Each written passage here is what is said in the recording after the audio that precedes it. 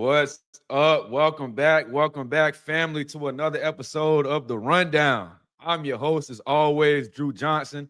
If you're new to the show, make sure you're hitting that like, hitting that share button as you guys come in. Hope you guys have had a great day. It's time to come in and unwind with your boy, man. I got a great episode for you guys tonight. As you guys know, we've been highlighting a lot of prospects from different positions, but this segment right here is one of my favorite, man. It's called Behind the Playbook, where I have some of the better coaches on from around the state. So make sure you guys are getting locked in and ready. Make sure you're hitting that like and share button. I really appreciate everybody that's been supporting any support. You know what I mean? It goes a long way with me. So it starts with you guys' support. And as I keep bringing these good guests and good topics on. But before I give you guys a preview when we jump into tonight's show, as always, let's give a shout out to our sponsors. Starting off with my brother, former 5-star Miami Hurricane, Lance Leggett over at Taste One Bowl Peanuts. Been getting a lot of these in you guys' hands. Even my maintenance man got some of these. So my girl loves these. My mom loves them. A lot of people are giving me feedback on these. So if you're a boiled peanut fan and want that barbecue taste, make sure you're tapping in with me. We'll get you some over. Things are, the needle is moving with Quench, man. Just got off a call with them.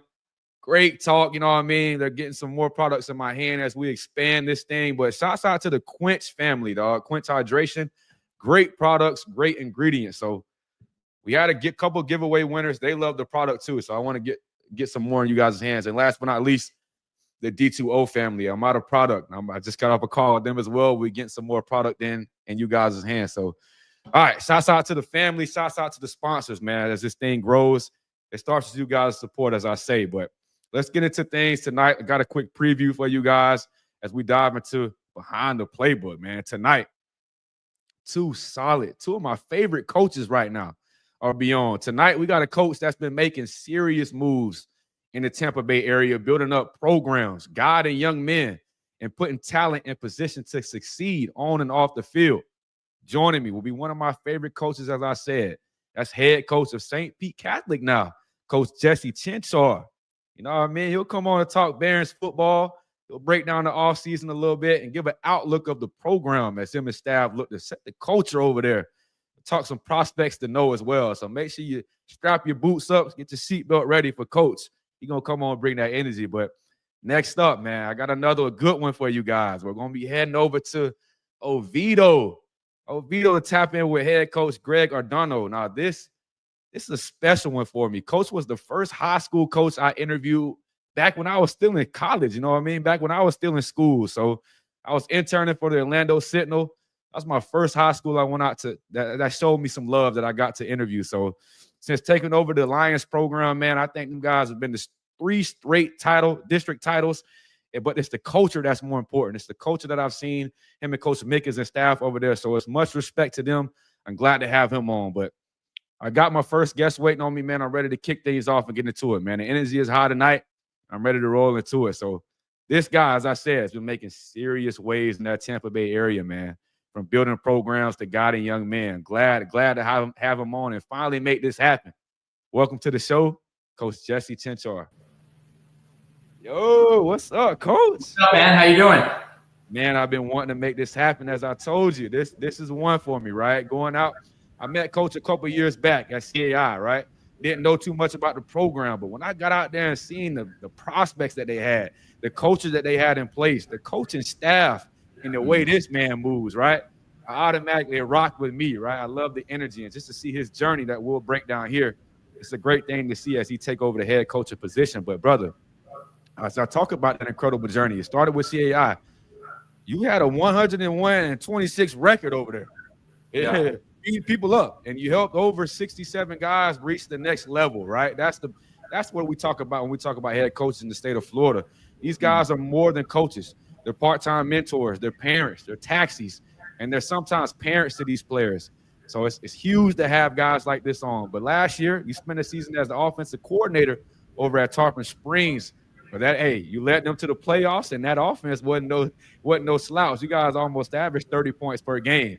So you was moving the rock over there, you feel me? But before we dive into the new role over at SPC, let's kind of give people the rundown, the background in your background in sports, as I say.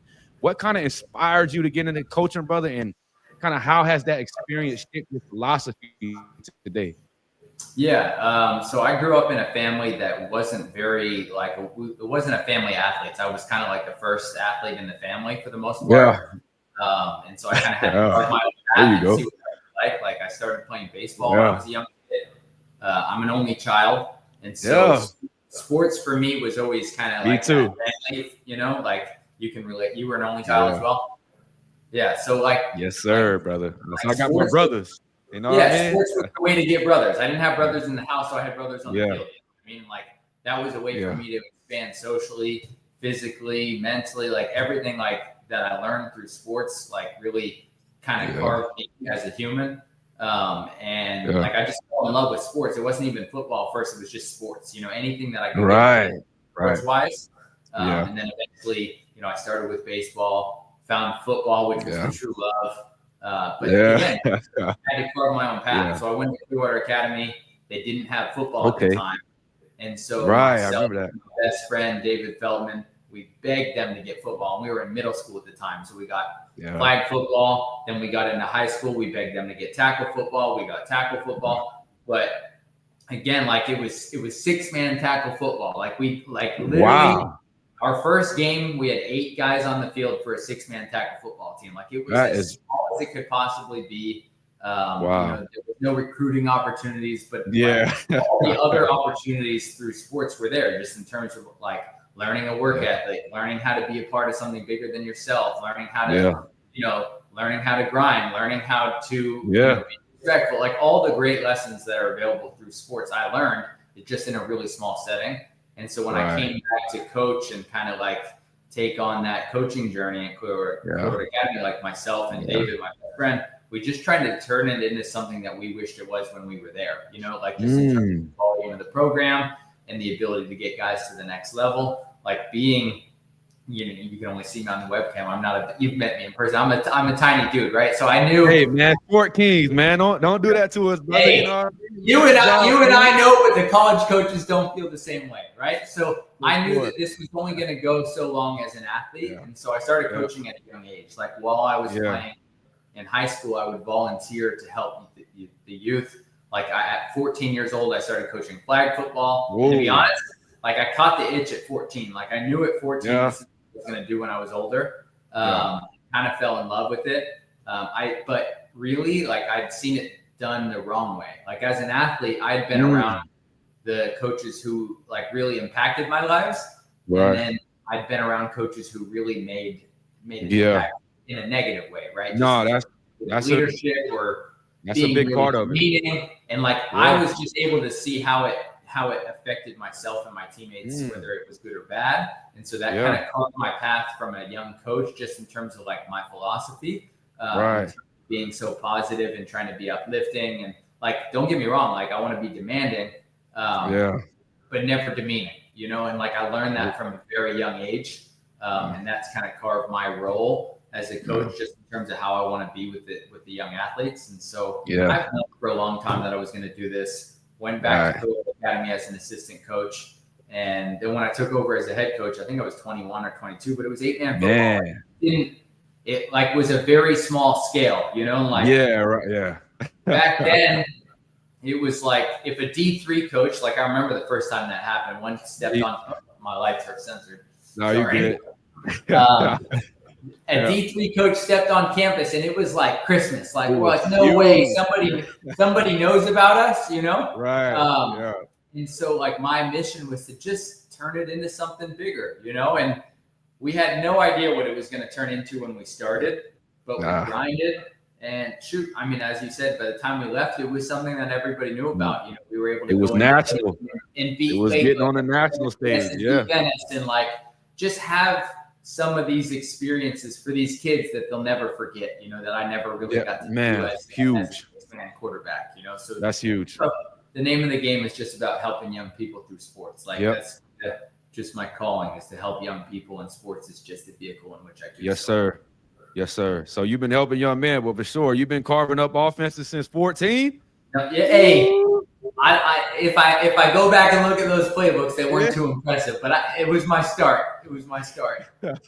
Yes, sir. But great. That's what I like to do, man. New guests. I love to get the background story, right? Learn a little bit about the man behind the playbook. But hey, like you said, brother, sports is bigger than sports, man. Just being able to build that camaraderie, get some brothers, some lifelong relationships that goes beyond the football field or beyond the baseball diamond, as you said, right? So no, that's what's up, brother. But let me ask you, 2 solid stops before you got where you are now at SPC, what I mentioned before. But for the people, man, who might not have got this, ultimately, what kind of led you to go over there and take over the program at St. Pete Catholic?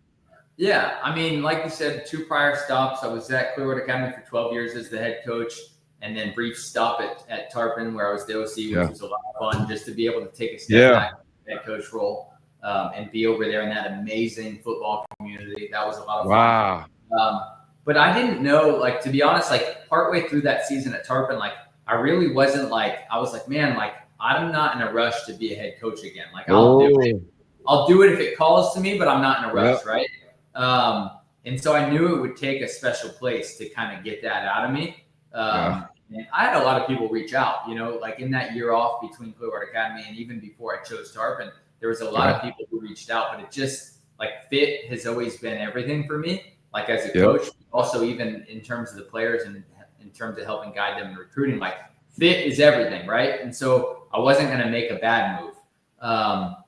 And as BC reached out, got to meet Mr. Galley, the principal over here, Mr. Bubal's the president over here, and the new athletic director, Ryan Mueller, like just getting people, like I fell in love with the people even before I really knew the place, you know? Wow. There you go. A people person.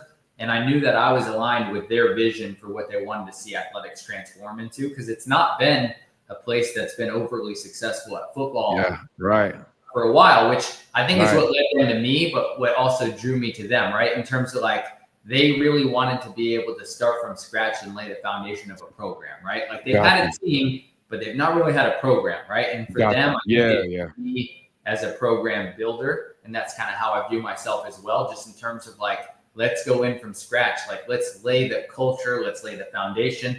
Let's lay the program. Like, it's never about one season. It's always about the program, right? Like in the program, really, the next 5 years, the next 10 years. And so really, like it was an opportunity to do that at a place that hasn't been amazing. So I could kind of lay my blueprint, but with amazing resources. We've got $1 million locker room. We've got a stadium. We're going to talk about it. We've got to practice. You know, like, and for the first time, I have everything I need from a resource perspective, because Clearwater Academy was so small that we didn't have those things. So that appealed to me as well, just to be able to have everything in-house, to be able to do what is needed. But more so, it was the people and feeling like I wanted to go to war with those guys every day. You know? And like once I got really comfortable with that, it was kind of a no-brainer, where it was to the point where I'm like, just talking to my close friends, I'm like, at what point do I have to say yes, guys? This is it. I love this opportunity. I love calling up these plays, but I'm ready to be the main man. Right? Yeah. I mean, it's just an opportunity to impact more lives at the end of the day. Yeah. Well, it helps when you have an administration that understands, you know what I mean, that has a grasp of what it means or how important a football program is for a high school, right? Or for a community in general. So to have the administration good, and let's talk about, of course, what I said, the coaching staff is a huge part of to keep the wheels moving. You're the leader, you're the main man up top, but it takes a team, right? So let's talk about this coaching staff a little bit that you put together at SPC, and what kind of excites you about this group heading into the fall, brother? I mean, they're just great men. You know what I mean? Like you got to surround these kids with great people first and foremost, and that's what we've been able to do from my first hire to my last. Like the first one. Like for me, it's like, it's about laying that foundation. Like I believe like we're going to send kids to college and we're going to develop kids the right way. And so in order to do that, you have to be able to develop them physically first. And so that's what led me to my first hire, which was Julian Baldy, Coach Juice, my strength coach. And in my opinion, he's the best in the area by a mile. He's better. He's the best in the country. In my opinion, he's a young guy. But he'll be a college head strength coach one day if he wants to be. Wow. If that calls to him, I believe he's that good. And he not only does he get the physical piece just in terms of creating custom programs for all of our athletes in the different position groups and how to rehab guys from injuries, like he's got everything, right? But he is a culture in a box. Like you open the box, this guy pops out and your culture starts with him. I read somewhere the other day that like culture isn't necessarily like the signage up on the walls and all that stuff. Like your culture is what you allow, right? And like this guy allows nothing to go wrong. Like if you walk in a second late, he is on your rear end. I don't know if we can say those words, but he's on your rear end from the on your tailbone, right? Yeah, like in the best ways. Like not only is he gonna not only is he gonna let you have it for doing the wrong things, but he's going to explain why it's going to impact your life in a positive way to get disciplined. You know what I mean? Which is huge. You say you've seen the bad side of coaching, right? They can get down on players. You got to know how to coach them up the right way. So No, and so again, I every time I interview somebody, I go over my philosophy as a coach, right, and make sure that they are on the same page. But like one of the things, and I stole this from Scott Frost, but it's what I alluded to in my first. Yeah, there you go. You say like, and it's perfect. Every best coach, all the good coaches steal from other coaches, right? But his saying communicates and it resonates with me, which is we want to be demanding, but not demeaning, right? Like we're going to push you to greatness, but we're never going to invalidate you as a human being. You know what I mean? There you go. Ruthlessly like eliminate mistakes, but never demean the humans. Demean you as a person, as a human. Yeah. And I think that like really succinctly describes like what our philosophy is in a nutshell in terms of what we're trying to do. And Julian is that through and through. And so that was a no-brainer. Wow. Man, I was able to bring in Coach Kyler Johnson, who's going to be my offensive line coach. There you go. Them trenches. Yeah. He's had his hands in every big-time offensive lineman that we had at Clearwater Academy and Tarpon. And, like, boom. Okay, so those are done. Like, we've got up front on the offense. We've got Julian. And then I was able to hire Coach Cap, as my defensive coordinator. Coach Cap.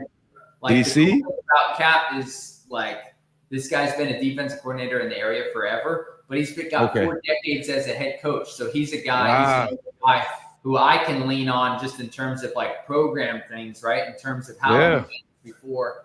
And I've always, being a younger guy, I've always worked really well with older coaches. Just in terms you got to. You're OG. You got to find yourself. I've got no ego in coaching, so I want to know. Like, I want older guys who've been around it to tell me if I'm doing something wrong, or like, hey, that's not how I've done it, and this is why. So he's a guy that we get on the phone all the time or in person, meet all the time, just in terms of full sale program things. And like, the best thing I can say about Cap is like, he is for the kids 110%. Yes. Number one. It's just what I try and surround the coach, the kids with coaches who really have the kids' best interest. Yeah. So my receivers coach and passing game coordinator, Coach Austin, is amazing. Just super, super sharp. Guys. He's an engineer by trade. And so just like super cerebral. He's a guy that I think is going to help me elevate myself as an offensive coach and somebody that I'm really excited to work with. I was able to retain a couple of coaches on staff who I think did a really good job here in the community. Coaching, like they really understood what SPC is. So it was really important for me to be able to get some of those guys around. Marquise Williams, who's going to be my assistant head coach and running backs coach, is an amazing guy, amazing coach. Just like, from top to bottom, just great coaches. I can go on and on. We're going to have about 12 or 13 coaches, bringing in even a specialist with my kicking coach, who was an alumni of St. Pete Catholic. Like, down to the special teams. Yeah, no, I mean, everybody's going to have a really, really like top tier position coach, including a specialist.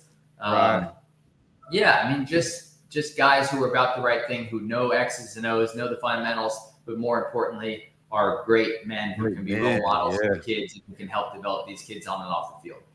Well, that's what I told you off air a little bit, right? First time coming out to the Clearwater Academy, I said, man, this is a hell of a coaching staff. And I say, even the men around the coaching staff were all about the kids, right? So that's what I noticed first when I first met you. But as I talk about these coaches, guys, man, it's important to surround yourself with great men. He just mentioned one of them is an engineer.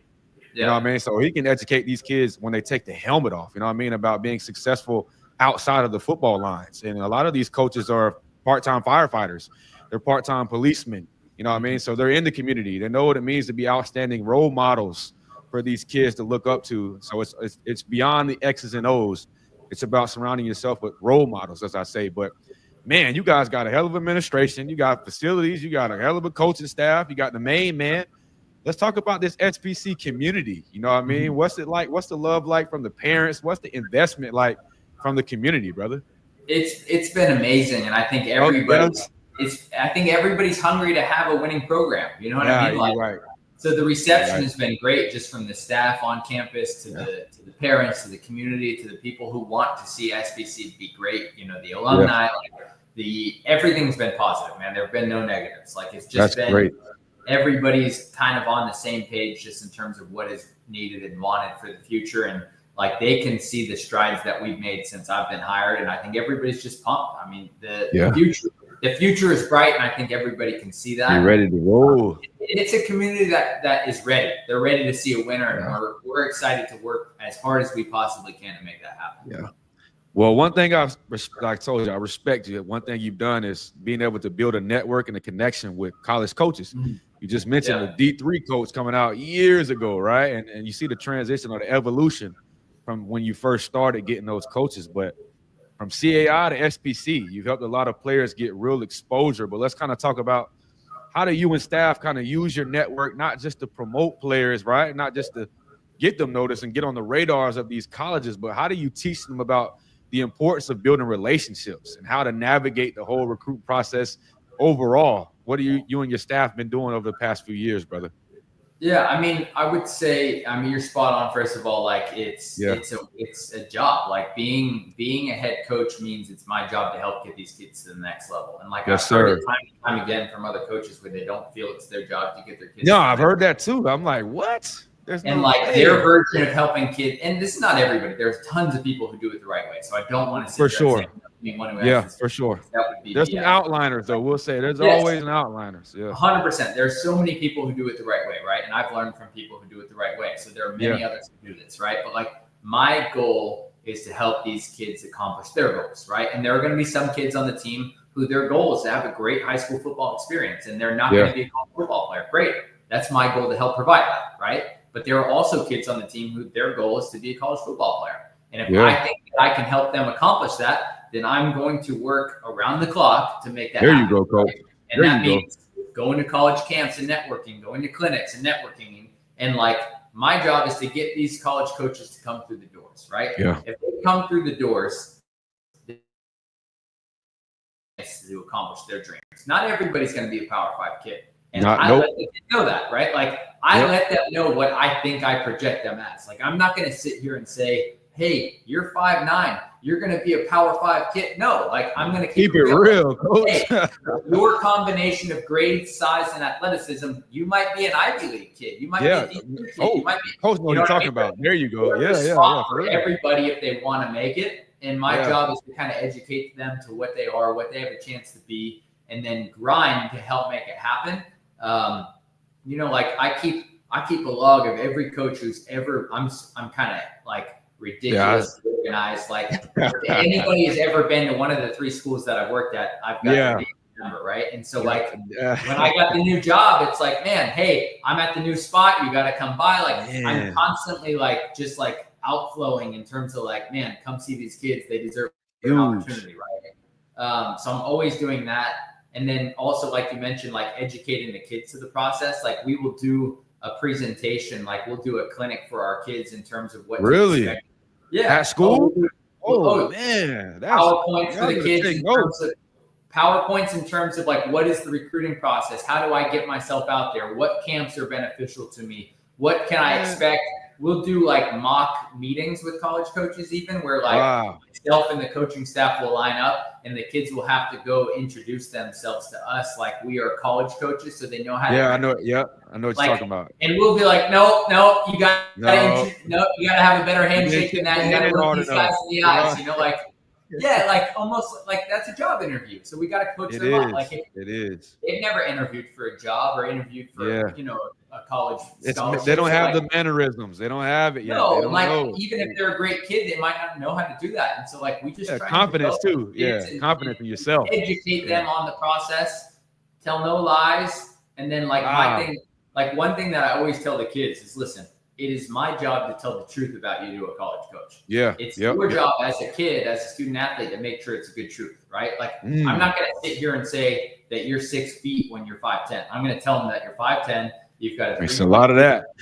If you've got detentions, I'm going to tell them you went to detention. If you skip class, I'm going to tell them you skip class. If you're disrespecting teachers, I'm going to tell them that. Luckily, the kids I have here are great kids, so it's not really a problem. Not too much of a okay. But the reality is, like, we're not out here telling kids that they're going to get scholarships. You know what I mean? Like, I've had kids where I knew that, like, 99% chance they're going to be a D1 guy. But even then, I'll never tell them that it's going to be the case. I'll just tell them that if you do your part, I'm going to do my part, and we're going to do our best to make it happen.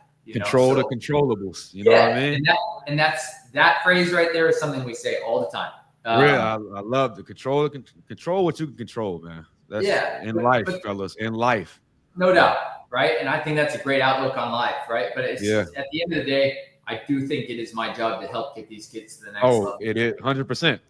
At Clearwater Academy, signing day was like our Super Bowl, right? We didn't get to that was So signing day, like that moment where we could give those kids an opportunity to sign a Division I scholarship or a D2 scholarship or whatever it was, right? They could sign their scholarship to say, I'm making my dream come true. My mom and dad is here. Tears rolling down my face. I get to give a speech to my peers of why I chose my school and give thanks to those who have helped me along the journey. Like that was the most rewarding day of my That's a different feeling for you coaches, man. That's got to be a good feeling, brother. It's why we do it, right? So I want to continue that here and, just try and change some lives. Well, let me touch on a couple points you made, right? And one thing I got to give you guys a salute on is your social media accounts. Social media is huge now, right? It's you guys' digital resume for you prospects that are watching, but it's a great way for you programs to get exposure on your players. And that's one thing I got to commend you guys. You guys have been on top of it, right? Every other day I'm seeing something from SPC's account. So even going back to CAI, you guys do a great job on social media, cuts out the middleman a little bit. But as we talk about this, the transfer portal carousel, right? Wild, Wild West is turning into. But one thing, if your coaches are watching you programs, one thing you can do to help slow it down or mitigate some of these transfers is make your program more attractive. He's talking about having some of these things that they do, even going up and teaching kids how to shake college coaches' hands, educating them on the recruiting process, having the social media, having a head coach that has an outlet or a list of college coaches that can come to the campus at any other time. These things make it attractive for kids and parents that are looking like, hey, man, Coach Chinchar giving us an opportunity to succeed on and off the field, man. We got to tighten up a little bit where I'm at. So it's a kind of a double-edged sword, you know what I mean? Do what you can, you know what I mean? Transfer portal transfers are going to happen. But some of these schools are making it to where it looks attractive, you know what I mean? It looks like, damn, they're smashing over there. Look at this social media. Another kid just got an offer. Another kids are getting educated about what it means to get an offer. What it means from a verbal to a real, can I commit right now, coach? Those type of things. So learning those things on the process, man, you got to make your program as attractive as possible. So good stuff, coach. Great job for what you guys are doing. But let's kind of get into the prospects a little bit, right? All of that's good, but it's going to have to start on the football field. So let's kind of talk about the spring and the summer periods as they wrap up. What did you and your staff kind of learn a little bit about this team, and what were some of the bigger takeaways as you guys get closer to the fall season? Yeah, I mean, man, it was a really fun spring. It was our first spring here. We had not a lot of numbers of guys, but the quality was really high. We've got a great young prospect on the offensive line in Quinton Howard, who he was here. We'll talk. Young offensive tackle who's going to be. He's going to get a bunch of power. He looks big time, coach. Yeah, he looks power five. He's 6'6". He's got a 17 shoe. He's freshman, going to be a sophomore. What is he, like 14 years old? Yeah, I think he's 15 years old. But not only that, but he's one of 4 freshmen in the freshman class who tested into geometry. Like he's a really outstanding. So he's a smart kid too, right? Plays the upright bass. He's on the bowling team. Like well-rounded human being. But yeah, you asked what we learned. We learned we've got some great kids in the program. We learned we've got a stud quarterback in Chase Burrow. We learned Keyshawn. I mean, I knew I'd coached Keyshawn before, but 2 pick sixes in the spring game. Like, he's a guy who's going to be our version of Travis Hunter, playing both ways. Like, we got some really, really great pieces, some great young men, some guys who are going to make a big impact in the fall. So the spring and summer period, guys, especially the spring, those 20 practices is crucial, right? To build that chemistry, to build timing with the receivers, just to build camaraderie with the guys and see who's the leaders, right? I feel like the summer period, this is where the leaders start coming out. I mean, who's leading the locker room? Who are guys looking to? Who's walking around with a little bit more confidence? Like, oh yeah, I'm really like that. So we'll get into about one prospect I got to get into first, right? Your quarterback. Let's talk about quarterback play. Since I've known you, brother, you've had a solid quarterback at helm. It started with the Chuba kid over at CAI, Joaquin over at CAI as well, but he was at Tarpon as well. And now you got 2027 Chase Burrell. I hope I'm pronouncing that last name correct, but he got all the tools. He got a lot of tools and a lot of upside. When I look at this film, I look at him play. Let's talk about how confident you are in him and what kind of style of offense best fits his game for people that don't know.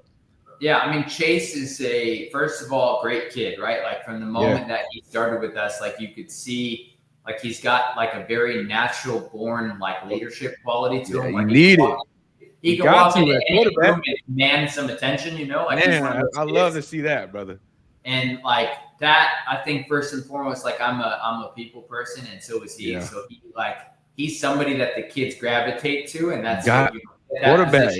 It's natural. So he's got that, right? So then on top of that, he's, in my opinion, he's the best I've ever seen at the high school level in terms of pocket awareness and being able to, when things break down, keeping your eyes downfield and making a play at the second and third level. He's the best I've ever seen at the high school level. Wow, that's Chase. That's coach putting on you now. He's that. And he's confident enough that I know that I can say that, and he'll prove me right. I don't even have to say it. He'll prove me right. As you said, you gotta prove you right? He'll prove me right? But he's incredibly accurate. I think awesome. Bill Walsh said it best, and he says the most important thing a quarterback can do is throw a really catchable ball, which to me, it encompasses accuracy, but it also encompasses pace in terms of when to throw a 2-ball, when to throw a 1-ball, when to take a little bit off. Smart he kid. Is that. Like, he very naturally understands where to put the football and how to get it there. And is he stationary, coach? Is he stationary? Is he mobile? No, he's a dual threat kid. We won't run him a million times. Little RPO. He can do all that stuff. So he can fit any offense. We're going to be extremely up tempo. He's going to be the guy who gets us into the right plays. He's going to be the guy. He's going to be the point guard of our offense. There you go. Field general. You know what I mean? As I like to say. So Chase, I want to see it. I want to see you succeed. And I want to see coach. He's saying, I want to see you proven right. So I've seen a little bit of it, but I want to see it on Friday nights. And you mentioned a few of you guys, right? Let's break down this roster a little bit. You got dudes in the trenches, as you mentioned, one, and at the skill positions are like that too. You got plenty of young talent, but let's kind of walk us through the roster a little bit. Let's start in the trenches and kind of work your way out a little bit. So you talk about your offensive line coaches like that. I see him on Twitter. Let's talk about the trenches a little bit. So we got Quinston Howard, the young tackle that I mentioned, 6'6", I'm high on him. As a rising sophomore. He's super athletic, super smart, super willing to learn. He's going to be our left tackle. For sure.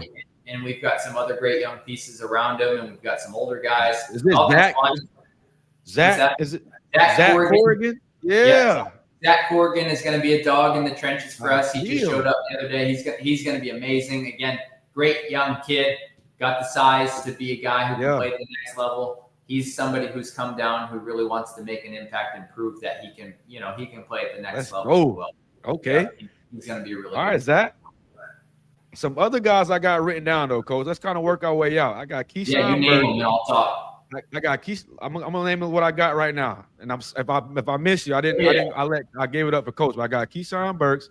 I got Rise Rosada. Yep. I got Quinston Howard. Yep. I got Devion Frazier. I got your boy Forrest Loving. You know what I mean? Your boy. And I got Courtney Taylor, man. I've been seeing a little bit about him, a little running back, a little versatile athlete. So anything you want to say on I see the Burks kid, Loving, and Courtney Taylor. I know I like those three, but any others, Coach, that you want to touch on them and then touch on any others? Let's talk about Frazier. Frazier's a kid who I inherited, right? He was here when I got here. And Frazier's a kid who he took over the spring game at times, right? Where he was a dominant force on the defensive line. Wesley Chapman was down there driving with the football, and he took over to the game and had 2 or 3 TFLs in a row. Like as a defensive lineman, he's one of the more explosive ones that I've been around. Got you. And he's a kid who really, really can make an impact for us in the fall. He's going to play some tight end for us. He's a kid versatile. He's just so athletic. Like there's not a position that this kid could not play. All right.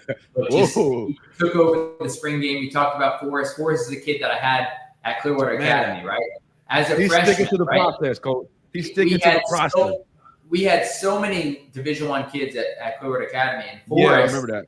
Yeah, started for us as a freshman over some of those kids. I remember. I remember. Yeah, just because of how cerebral he is, right? He's a kid who played really, really well at CCC last year. Did a really good job for them. Played amazing for us at Clearwater Academy. He wanted to, come back home and finish things. How we started them at Clearwater Academy. He's a kid who's he's as good of a human being as I've ever coached. As smart of a kid as I've ever coached, as hardworking as a kid I've ever coached. He's going to be a captain for us. He's Ivy League type kids, grades wise. He's a kid who's got grades. He would like to be in the military at some point in his life. He's a kid who, man, he started a peer-to-peer tutoring program when we were at Clearwater Academy. For the youth?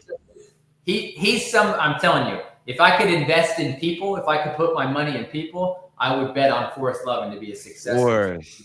He's the greatest, just such a good kid, man. I love that kid. So I seen your tweet about him, so I was like, man, he's still sticking to the process. Great kid, got his head down. So he does everything the right way. Another one is Larry Christian, our running back. He really is a physical presence in the backfield. He's twitched up. He's explosive. But if you give him the chance, he will run you over. He'll run you between the tackles a little bit. He's somebody who's going to take over. And I think one of the things I love about Larry is he's awesome in pass pro, which you don't see at the high school level. Man, he's somebody who, if he gets if a linebacker is coming through the hole, he's going to knock you back. Man, make yourself a 3-down back, Coach. You can block, run between tackles, and bounce it out. Can he catch a little bit too? That'll be the full package. He's got great hands out of the backfield. You can flex him out. He runs great routes, man. And even in the spring, he dominated that linebacker. So he's just a football player. He's a dog. He's a wake up of a dog. He's a dog. So you need those type of guys on your team, right? I'd rather have them on my team than play against them. So no doubt. Yeah. And let me see the Keyshawn Burks kid. I've been seeing a little bit about Burks a little bit. What do you like about him, Coach? I mean, he's a lockdown corner, which I don't think there are too many of him, but he could truly do that, and then he could turn around and be your number one receiver on offense. Like he's so versatile. He's extremely versatile. He's somebody who's going to play both ways for us, making plays on both sides of the field. And another one who does things the right way. He works tremendously hard on and off the field, and he's somebody that I've just been able to see develop over the last couple of years. Somebody I'm really, really proud of the way that he's just transformed himself as a player. He's somebody he's picked up some Division I offers. He's going to announce pretty soon where he's going to go to school. Somebody that I'm just really proud of doing things the right way. He's a very high level athlete. He's just made the right stuff, man. He's a great kid. Yeah. And as I go down the list, man, I see the Howard kid. Goodness gracious, 6'5", 290. Yeah, he pushing people down. I'll tag him up, man. I'll go through and tag them up. I see And then we talk about Courtney Taylor. Courtney's, and so we've been lucky enough to have a couple of transfers. Courtney's somebody who started his journey at SPC and is now coming back home. He SPC dog. He's coming back home. He's coming back home. He back in to come back home and finish things where he started. He's really excited to be back where it all started. Great kid, super physical. Like the coaches who've coached him before have already warned me. They're like, Coach, He's the kid you're going to have to tell, like, whoa. Tone it down a little bit, man. Slow him down. Like, he's going to be somebody. Don't hurt my guy, man. Yes, he's that physical. He can run the ball. He can strike you at linebacker. He's a physical presence. He's a vocal leader, man. Like, even just through summer workouts already, just seeing him do his thing. He's somebody who's going to be a huge piece of what we do on defense and on offense for sure. Two trench guys I'm looking at. Alex Jan, I can't pronounce that last name. Molly. Alex Blisco. Yep. And Grayson Zepp. Two trench pieces for you? Or Zepp is a O-lineman. Yeah, another offensive lineman. Okay, there you go. He just more trenches though. I like it. Yeah, I haven't gotten to work with him really much. He just transferred in, but he's somebody just got in. Got you. I got you. Oh, I see that. Him and Chase are best friends. So Chase has told me all I need to know about him. I don't really know too much about him yet, but we're really excited to add a big guy up front for sure. That's his boy. Oh, I see a 3-star Yorel Stewart.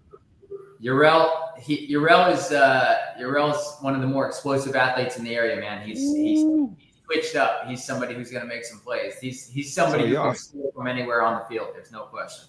Well, y'all got your trenches look solid. You got a quarterback, right? It sometimes starts and ends with that. And you got some weapons, you know what I mean? The weapons that he can use, you know what I mean? So, all right, SPC. The community's waiting for it, you know what I mean? A successful season. So, hey, this was the team right here, the community, the administration, and the facilities, man. Jesus Christ, Coach, talk about them facilities a little bit, man. What's going on over there? I mean, I got to interview for the job, right? And after the interview, they toured me around a little bit, and I got to see the locker room, and I was blown up. I mean, this locker room, like FaceTiming some of my college buddies from the locker room. It's crazy. Some of the Division I coaches are like, Coach, this is nicer than our locker room, right? So we're blessed. We've got Florida, come on, man. Florida, we're 10 to 15 years behind in general with the pay and whatnot, especially facilities. So no doubt, y'all got some of the better facilities in the state. For sure. And it's just, we're just trying to provide the resources that the kids deserve to be able to help develop. Come on, man. The state of Florida deserves it, man. The amount of people we put in the next level. These coaches, as I say, creating young men on and off the field. Come on, man. We deserve some facilities. I'll be out in Texas a lot, Coach. And, it's night and day. It's ridiculous. You know what I mean? It's crazy. It is. And I'm looking at you guys' schedule, man. Woo! You got Victory Christian, a local Polk County school. Yeah. All right, Countryside. I like what Countryside got building, man. I like Indian Rocks Christian. Northside Christian. Y'all got some games on there, Coach. It's going to be fun, man, and we're just going to keep ramping it up every year. Like even when I was at Clearwater Academy, we played. I know you want now. I know you want big time, dog. I know. Yeah, I mean, it's something that we want to do. We want to go out of state eventually and do some of those things. Yeah. Like when I took the job and made the schedule, there were a lot of them on the schedule already. And so we'll just keep ramping up the schedule and try and go out and play some big. Now, I know your mindset, Coach. Trust me. I know you want the national. I know you want it. We want to go into those crazy environments and knock somebody off their home place eventually, So, year one, let's dominate here. You know what I mean? Beat up on these boys a little bit, and then you start expanding out a little bit. You feel me? Maybe come out to Polk County a little bit. We'll take you out here, Coach. No doubt. For sure, man. But really quick, a side question for you, Coach. Yeah. Winning should be the main objective always, right? Between the lines, always you want to be a winner and succeed, but it's more than that, especially for the young men as we talk about that. But I want to ask you, Coach, how do you define a successful season beyond just the wins and losses? Yeah. I mean, I think, how do you define a successful program? How do you define a successful season? To me, we want the kids in our program to have become better people for having been a part of our program. Right. And so, that's a 4-year thing for a lot of kids. Sometimes it's going to be, for some of the kids that I came in and get the opportunity to spend 1 year with. I hope we can make that type of impact in 1 year. Maybe I get 2 years with them. But the reality is the wins are great and all that. But I want these kids to have been better people for having been a part of our organization. And that ultimately is going to trump everything besides wins and losses. I think if you do things the right way, the wins will come. I don't think it's the other way around. I think you hear people talk about it all the time. Are you winning because you're doing things the right way? Right. Are you happy because you're winning, or are you winning because you're happy? Right. If the kids are happy, they're working hard, they're becoming better people. They're learning great work, habits and work ethic and how to treat people the right way. I think the wins will come. And so that's really how we view things. Of course, there are a lot of football metrics that we can use to feel like we're, having a successful season, but it is certainly about more than that. Obviously, we want to go out and make the playoffs and all that, but ultimately we're just trying to take it one day at a time and try and get better and try and impact the kids and ultimately help them become the best version of themselves. Yeah, man, successful can be subjective. You know what I mean? Correct. You can be successful every day. So you guys are doing a great job just shifting the mindset. That's one thing you guys have already succeeded with. So they had the facilities and whatnot, but it's hard to have that mindset like, hey, we can actually do this thing. So you guys have succeeded and will continue to succeed. I believe in you, brother, for sure. I respect your mindset and where you're headed. So, all right, Coach, as we begin to close out, brother, you know what I mean? I kind of want to ask you, what's the vision as you talk about this program, 5 to 10 years, national schedules moving out, expanding schedules and outreach? You good, brother? We've been rolling for a minute. But what's kind of your vision for this program, brother? And what can people expect, you know what I mean, from this Barons football program and culture in this next chapter, in this Chinchar era, brother? Yeah, I mean, I think you can expect to see us first and foremost do things the right way and treat the kids the right way, right? Like, I think that is kind of the foundation of everything that we're going to do. We're going to do things the right way on the field. We're going to do the right things in the classroom. We're going to do the right things in the community. And I think the rest will take care of itself, man. Like, I think I want you to be able to see in the next couple of years that we transformed the program and turned it into a program that people respect for doing things the right way, for winning games the right way. And for, I think that we could put this place on the map, man. I think this place can be really special. The administration, especially St. Pete in general, Coach. St. Pete, they play football. St. Pete is the most talented city in our county, in my opinion, right? And so I think we got the chance to do something special. I think we have the chance to win a lot of games, but the work's got to come first. You know what I mean? Like, if we put in the work, I think we can do those things. But I we're not going to quantify and put a number on it. Like, we're just going to do our best to like I heard somebody talk about this the other day. Like, every day you got to attack every day and look at, like, where am I, right? Like, and how do I become the best version of myself, right? Like, this is who I am today, and this is who I all of us. And every day, how do I just narrow that gap, right? And how do I just push the standard? Like we say around here, gold standard, right? The gold standard means we're going to try and be the best version of ourselves and be the best version of our team. And so I just hope in the next 5 years that we become the best version of St. Pete Catholic football. Control the controllables, man. Coaches with some bars, man. SPC, I want to see you guys win, man. Like I said, hell of a coaching staff. You got the main man right here, administration that believes in what he can do and what this football team can do for this community. As I say, football does so much for the youth, but the community as a whole, you know what I mean? Especially for these young men, it gives them something to do, keep them out of trouble, help them focus on their grades. A lot of kids might not make it outside of football, you know what I mean? So any way you can educate these young men, man, I respect it. So much love, Coach. I want to see you guys win on the football field, but off the football field even more, right? As you push these kids to the next level, whether it's college or it's trade, you know what I mean? You guys can get a trade too, you know what I mean? So I mean, the education that we can provide for these kids. Yes. Like this school is amazing, you know, and that's one of the other things that I fell in love with is just the academic experience that they're going to be able to provide for the kids here. There you go. They can offer these kids.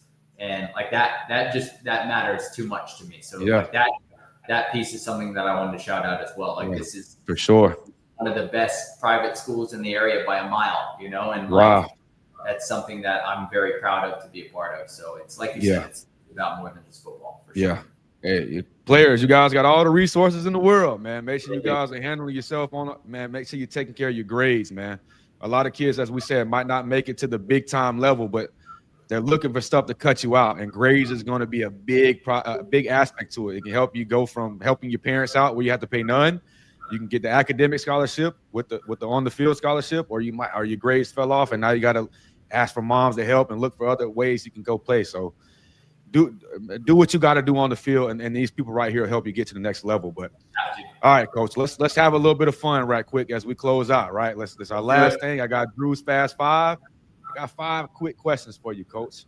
Let's have some fun a little bit. All right. Let's go. First one. Who was the first athlete that made you fall in love with sports and why, Coach? Who's your favorite athlete, brother? Jerry Rice. I'm from the Bay Area out in California. Oh, man. But he helped me fall in love with football and just the way that, man, like just probably the most consistent athlete of all time. Not necessarily Come on, man. Jerry Rice is an animal, best wide receiver all time. Yeah, I mean, just all the tools, does things the right way. And then the second one was Peyton Manning. I wore 18 in high school. Peyton Manning, the sheriff. Yeah. And like the cool thing about Peyton is like this dude is one of the top 10 like hardest workers of all time. For sure. He's also top 10 just in terms of like how much fun the dude had. Like this dude attacked everything, enthusiasm, pranking teammates, having fun. I've always been a fun guy. You know, like football is a game. It's meant to be fun. And so, like, I learned kind of that spirit of play, that gamesmanship, that fun, like, be able to, like, outwork everybody, but also have but still have fun, right? So work-life balance, you know what I mean? Yeah, that balance. And those two guys are the guys that I look up to from a young age. I could say you can see winners, right? And GOATs and Peyton and Tom, they haven't stopped working since the game stopped for them, you know what I mean? So we got talk shows, radio shows, whatever. So there are dogs, but they are, like you said, Peyton can have a little bit of fun too. So a little bit of fun. Jerry Rice and Peyton Manning, I'll take it. That's two solid ones. All right, Coach, let me ask you. What's Coach like to eat on, man? What's your post-game, post-camp, post-practice? What do you like to eat on, Coach? Okay, so if you follow me on social media at all, like I love a lot of things, but two of my tops, football and cooking. So I throw down in the kitchen, right? I love to grill. Coach. I love to cook. That's like if I have a hobby, it's cooking. Like and if I have my way, I'm gonna throw down like my go-to is we're gonna do ribeyes on the big green egg. There you go. Gonna grill some ribeyes. I'm not gonna ask you how you like them. We're not doing medium. We're not doing well done. We're doing a perfect mid-rare every single time. We're doing the Chinchar way, man. The Chinchar way is perfect medium rare. We're gonna we're gonna have some fun in the kitchen for sure. Hey man, I learned that about Coach, man. Coach can bust it down a little bit, man. A little culinary skills for Coach. You feel me? That's what's up, man. You cooking more than a wifey, man? You and the wifey be cooking back and forth, or how does that work? Single guy, I do all the cooking. It's me and the dogs. There you go. You good there, brother. Ain't nothing wrong with that, man. All right. Let me ask you, brother, football guy, if you could teleport to any stadium for one game, whether it's a night game, day game, you could teleport to any stadium for a game.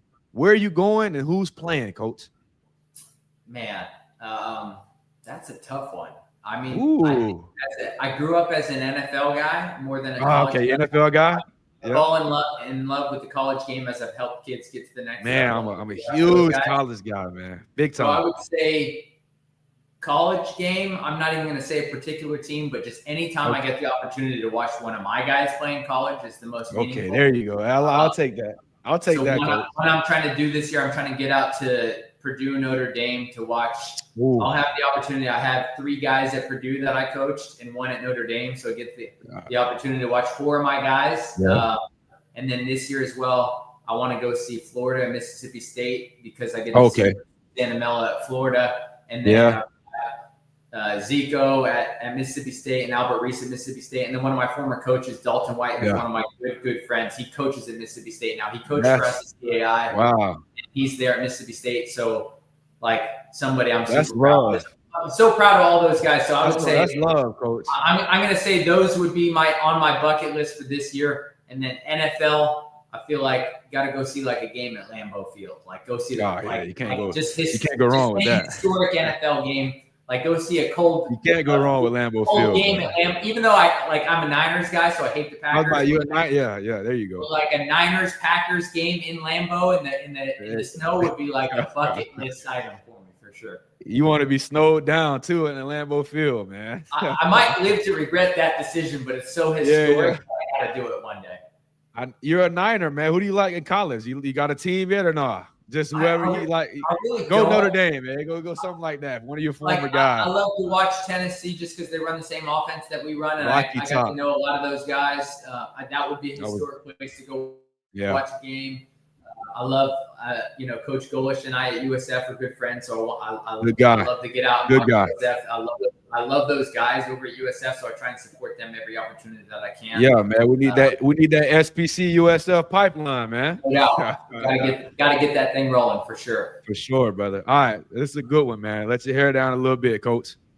You got 24 hours, brother. You just woke up in the morning, single man, unlimited resources. The bank account is flooded. Yeah. How are you spending your day, coach? What you doing, brother? Man. What you buying, coach? Probably getting out of town if I can. Probably go somewhere and do something out of town. I'm an outside guy. I would love to go. Yeah. Probably. I mean, right now it's the summer. It'll probably get me out. I mean, today I leave to go to a lake house to go spend time with 9 of my best friends Italy, out on the lake. Go to Italy on a yacht, man. Do Italy on a yacht one day, man. 24 hours, brother. I will absolutely. I'm taking my strength. Julian is from Italy, my strength coach. So that's on the list. I would go to Italy. But I would say probably. I mean, the trip I have planned, 4 days with some of my best friends out on the lake. Nothing but sunshine and lake, and that's any of those would take the cake. What you buying, coach? You buying a new car? I'll get new car, a new house every time. Unlimited money. Unlimited money, brother. Elon Musk money. I mean, then we got to get a sweet spot on the water here for sure. You can't gotta get a new crib on the water for sure. Gotta get a new crib. You coaches deserve it. That's why I love to ask this, man. I would not say no to a big house on the water. Nothing wrong with that, brother. A couple jet skis, boat. You can't go wrong with that. All right. Can't go wrong.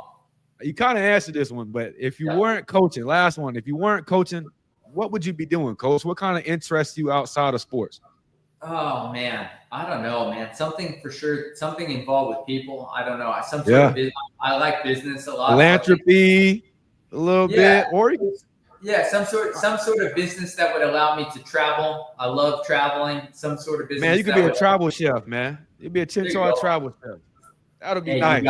I'll take it. Anything that would allow me to interact and meet new people and build relationships and help people. Or host events. That would be cool too, man. That would be cool. Just trying to give you something to do after you let this go. You know what I mean? Anything that I get to help people and interact with people and build relationships. Hey, man. Coach, I gotta say this was a hell of a segment, right? This is why I wanted to get this one in, right? There's a lot of good talking points. And we got to learn the man behind the playbook. Who's Jesse Chinchar behind the playbook? So one thing is, I hope you enjoyed this, right? Giving me some of your time, giving the people some of your time. I know they've been wanting to hear some SPC talk since you made that move. You know what I mean? Big time move. So hope you enjoyed this one, Coach. Man, this is your first time on, so I want to have you on maybe before the fall or sometime during it. So this was much needed. But you got a hell of a time coaching, successful, right? And you got a long way to go, you know what I mean? As you say, young guy in it. But y'all put some respect on Chinchar, you know what I mean? Got the OGs around him, and he's done it. He's succeeded, you know what I mean? 2 stops before this one. So much love to my brother. I made this one happen for you guys. So want to have you back on, Coach. Hope you enjoyed this one as we close down. Let the people know where they can find you. What's the SPC? What's the SPC account? You guys go over and follow. Yeah. We SPC Barons Football. Yeah. SPC Barons FB. That's on Twitter and on Instagram. And then Instagram too. Y'all turn the Instagram up a little bit. Hey, the cool thing about this place is they've got so many talented students. So we've got a whole social media team that's helping promote it. So it's an athletic program, not just a football program. It's everything, man. And the kids are amazing. So we've got a lot of young students who are helping us with the social media department that are amazing. You'll see come Friday, guys. Watch for we're going to do live updates at the game, and these students are amazing. There you go. Change the game, man. Change the game. Videos, real photography, pumping stuff out live from the game. It's a great place to be. I don't understand how these high schools. You guys have the media, right? You guys have high school media classes or whatever. I mean, they have their own little media show in the mornings or whatnot. When I was in school, they did. How aren't we sourcing these kids and having them film the games? Having them tweet out the game, having doing interviews, player interviews, coach interviews. We can use the student athletes, the media, to push the players. So if you guys are doing that, it's 2025. It's 2025. It's not 1991. I was born in 91. We didn't have any of that stuff. You know what I mean? Use the resources. Doing it the right way. To promote the program. And we're blacking me Hey, out. That's our call right there, Coach. That's our call. But hey, before we go, thank you, Drew. Really appreciate you having me on, man. It's been a blast. You call me anytime and I'll come back on. It's been a blast. That's much love, Coach. I really do hope you enjoyed it, but we'll talk after this, man. And much love to your community and to your program for sure. I want to see you guys succeed. Appreciate it, brother. Thank you so much. For sure, brother. Much love, Coach. All right. That's a good one right there. I wanted to make that one happen for you guys. Hey, you might have an opportunity in media after this. You seen how well he spoke, man. But they're heading in the right direction, as I said. Administration that understand what it means, what the football program means to the community. A hell of an administration, main man. They got some prospects as we broke down. So shouts out to Coach, man. I want to see them guys succeed. But hey, I got another heavy hitter for you guys. He's waiting on me right now. This one, guys. This one's a bit personal for me, man. It's kind of a full circle moment for me. I was still taking media classes when I was still at UCF, interning for the Orlando Sentinel, man. And Oviedo was the first high school practice I ever went out to and covered, man. And this guy, Coach Greg Odierno, was out there, gave me some real love, showed me some real hospitality, man. Gave me my first real look of behind the scenes of a program. We got some interviews in, did some videos. I'll show you guys here the whole 9, but it just means a lot to me to bring him on the show tonight and give him the flowers he deserves for what he's done at Oviedo. So let's bring him on. Welcome to the show, Coach Odierno. What's up, brother? Hey, man. How you doing? Long time no see. How's it going? Man, I'm doing good, man. It's been some years, brother. But, man, like I said, much respect to what you've done, Coach. You've done a hell of a job at this program. We'll get into it here in a second. But really quick, man, I got to show this video, dog. As I said, this is Coach and the program and the coaching staff were the first guys to show me love, the first practice I ever got out to. So let me pull this old video up real quick, Coach. Give you some quick nostalgia real quick. Yeah, man. Let me present it real quick, guys. All right. Pull my Instagram up, man. Let me know if you can see it, Coach. Hold on. There we go. Yeah, it's loading now. Watch this, Coach. Crazy, man. Hold on. I had so much coaching changes. And the coaching changes when you first got there, Coach. It's so crazy it's so crazy, man. Light years away, man. Wow. So taking over a program that had so much coaching changes. Yeah, young face. I really wanted to come in here and put my thumbprint on it. I feel for these boys, man, going through all that. And so I really want to just, establish the culture and lay it down the right way of players and coaches caring about each other and trying to build that family atmosphere. It's kind of difficult. Man, DJ Scott, I'll stop right there. And man, have you done that, Coach? Man, have you and staff done that, man? That's a beautiful thing, brother. Since taking over, brother, the program's only headed in the right direction. I think you guys got, 3 straight district titles now? Yes, sir. 3 straight. Yep, 3 straight district titles. It's not just about the wins, though, Coach. It's about the win, Coach. It's the culture you guys are installed here, and the investment we see in the student athletes, the alums, the coaching staff, administration, and the parents. Coach, talk about what this program's been to you, and how do you guys kind of build that family environment, Coach, over the past few years, man? Yeah, man, absolutely. It's so crazy to see that video. It kind of takes you back, man. It's kind of like you don't know what you don't know when you step into brother. Coaching position. Full circle, brother. Wow. Yeah. But no, it's phenomenal, man. And the things I was saying in that video are still the same, truths that we have today is, want to build it the right way, want to invest in the kids. Just to take the listeners back, when I got the job, I was the 4th head coach in 14 months. And so the turnover was ridiculous. And so crazy. The boys, the community, everybody was kind of jaded. And, we got off to a hot start. We were 4-0 and finished that season 6-4. Sent our first kid to go play Division I ball in 8 years. Saunders. Wow, favorite kid was like that, man. Yeah. Was a dude. And then DJ Scotty, who you interviewed right there, he went to Kennesaw and now he's at NDSU and phenomenal back. But it's like even after we established the culture and the winning started taking place, what I didn't expect was all the questions to be like, when are you leaving? Like everybody Man, just yeah, felt like damn. as soon as we had some success, like, oh Yeah. man, he's going to be out the door. And so I've Yeah. had to have more conversations with people in the community, players, parents, about me Wow. staying, and hey, this is where I want to be, to try to reinforce that. But we've had a ton of success. I mean, 32 wins in 4 years, 3 district titles.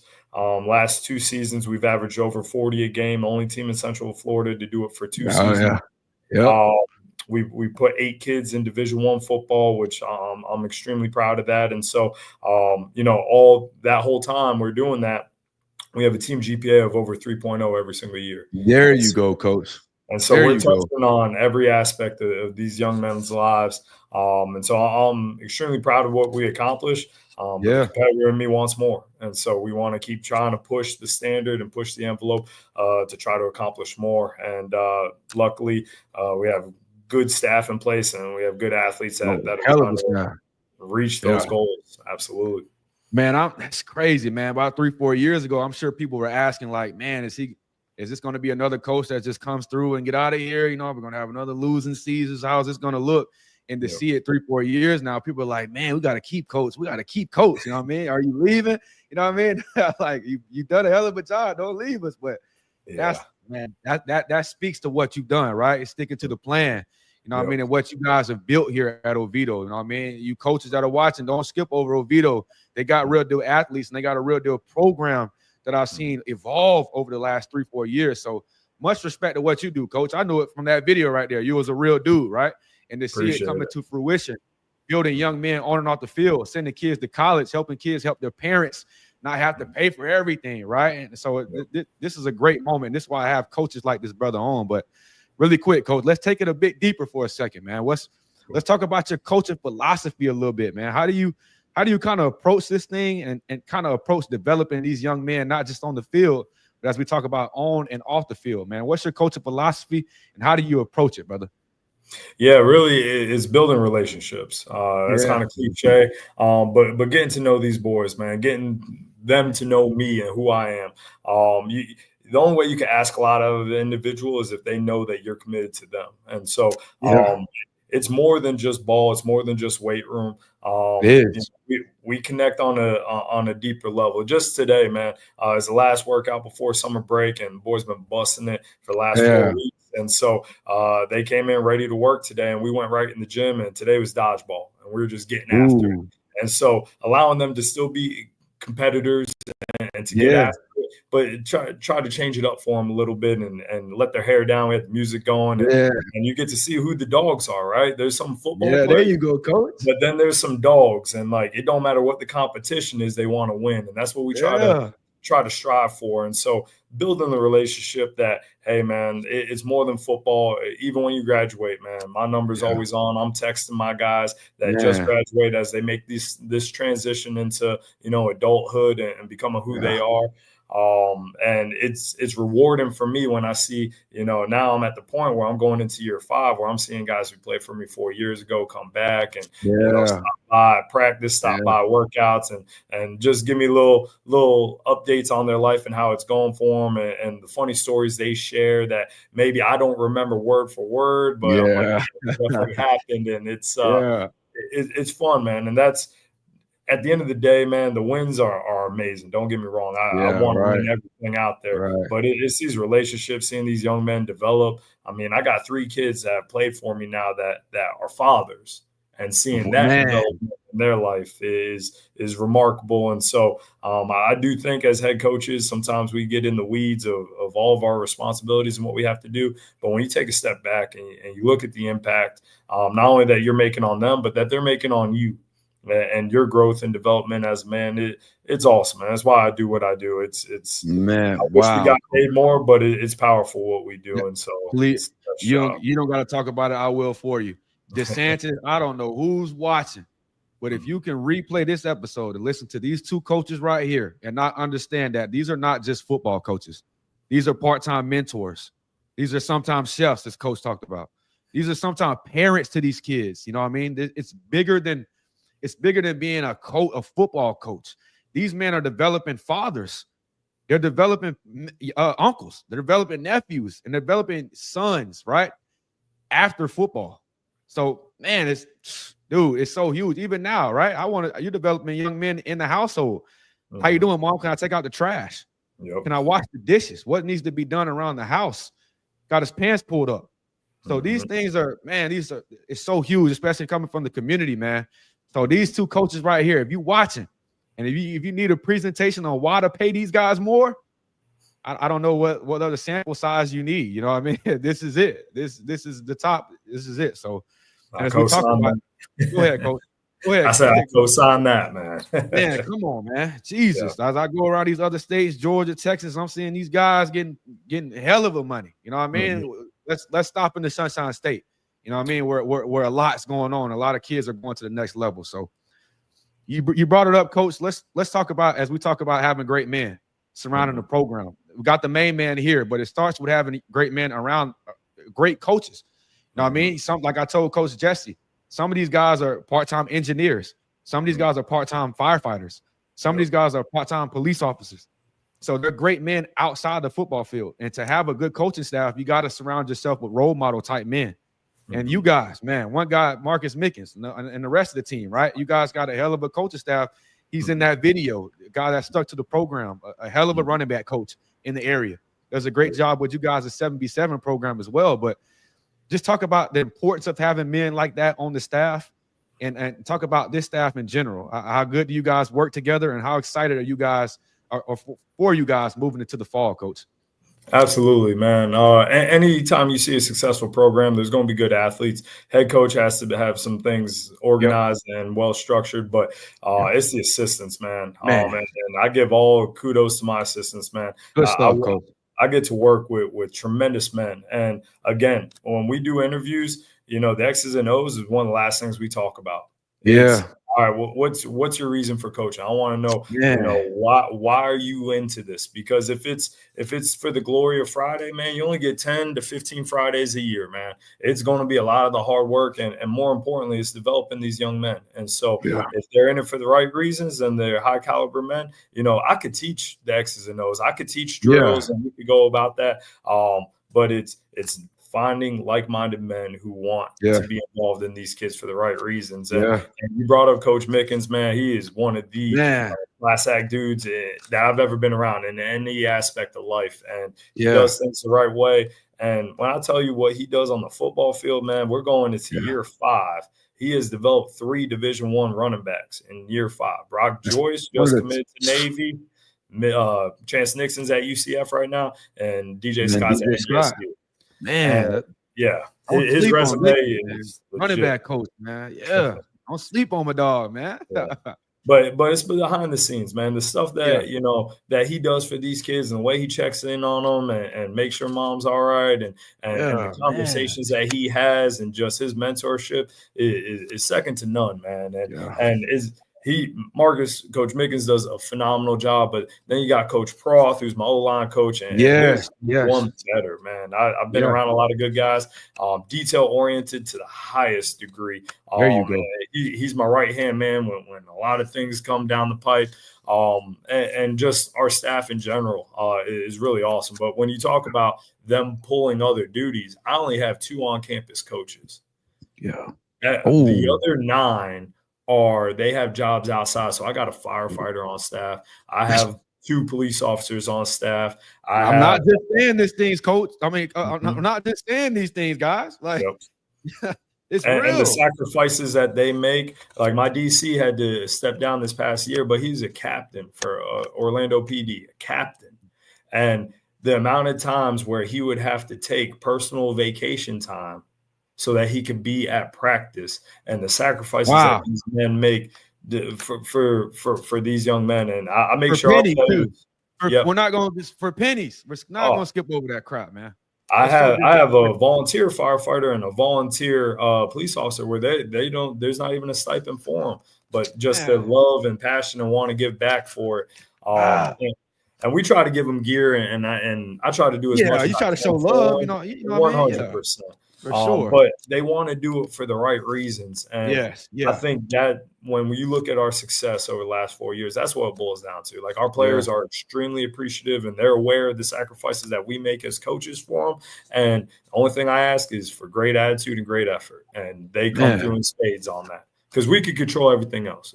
But if you come with great attitude, great effort every day, willingness to learn and get better, man, we'll cover everything else. And you know, it's a great environment to be around, and it's because of these assistant coaches that we have. And I don't want to leave anybody out, man. Coach Sorkins is Coach Roberts, Coach Turner, Coach. They got 9 of them, man. Oh man, we got love to them all. They know who they are. You know what I mean? Yeah, the real ones know who they are. So Coach ain't forgetting none of y'all, but for sure, man. Shouts out to the coaching staff. Like I said, it starts with the men surrounding the program. These young men are only with you guys for 3-4 hours at practice, and you got to instill a discipline into them and how to be young men. You know what I mean? Not knuckleheads. I'm tired of the knucklehead crap in this new generation, man. It's getting bad. So talk about this, Coach. You guys are still building chemistry, still doing camaraderie events. You guys playing dodgeball to the last day. You know what I mean? But let's kind of talk about the spring and summer periods in a whole.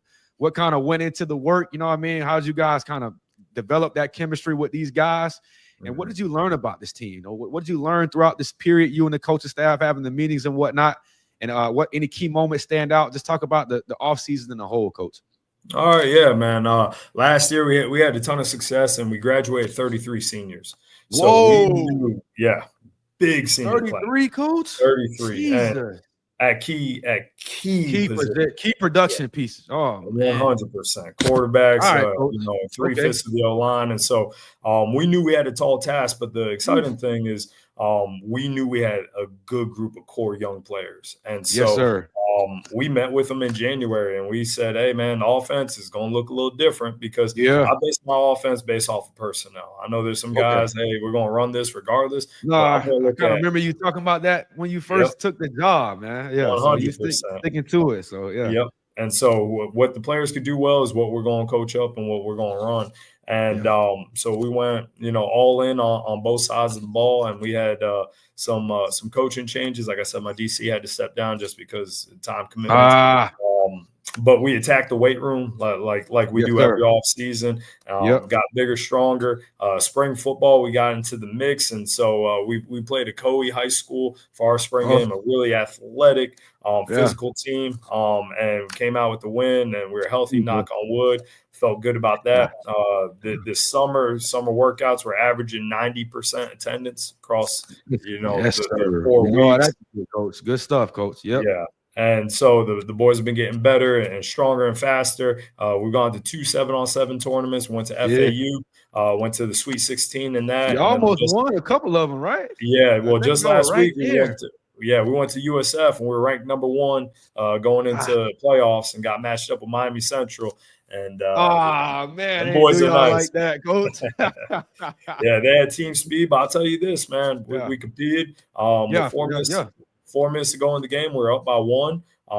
Quarterback started off 12 for 12, and then we had a interception off a receiver's hands, and that was the difference in the game. And so we walked away from that one feeling very, very motivated. And if you could run and keep up with a Miami Central team through the thick of it, man. I told the boys, hey, I don't care who we play the rest of the year. There ain't going to be a faster group of cats that we go against. And so it allows them to build that confidence, Yeah. No, that's what it takes, right? And I know some coaches might be on the fence with the 7v7 stuff, but hey, just go there and build some chemistry up. You can go there and get some timing with your guys. You can also leave with some confidence, a little chip on your shoulder, like, hey, we just competed in one of the top programs in South Florida. You know what I mean? Shirts and T-shirts and shirts, whatever. But hey, we got some skill guys. So 100%. That's what I like to see. So that's and it's competition. It's competition at the end of the day, man. You gotta be around it. Like you said, you'll see who the dogs are. That's where you see who the dogs are. Who not scared of them boys. We ain't scared of them boys down south. We're Central Florida boys. We ain't scared. You know what I mean? So it creates that environment to where you see who's the pups and who's the dogs. So it's in the spring period in general.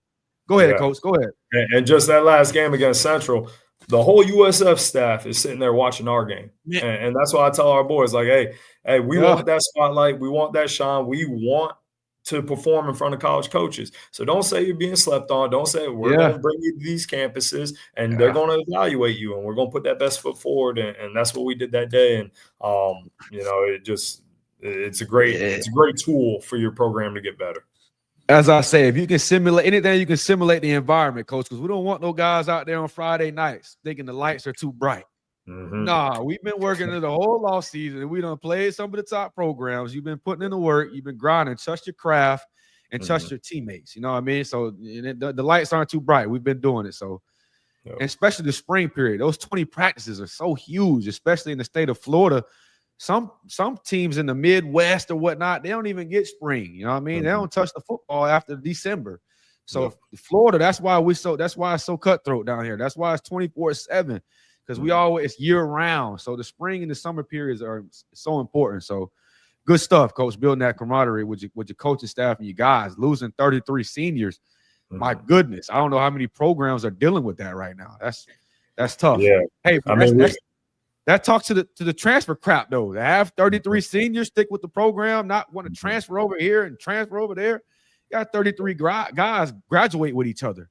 So that's huge, coach. That's huge. Phenomenal. Yeah, out of those 33, 28 of them started with us as freshmen. And to me, keeping that group together, and that was the first group that when I came in, they came in. That was that first group. Man, I should have been there for freaking graduation dang there. I probably would have knew a lot of those kids, man. And so the whole thing was keeping that group together and forcing them, hey, man, you're only going to have one head coach. And it's going to be me all 4 years.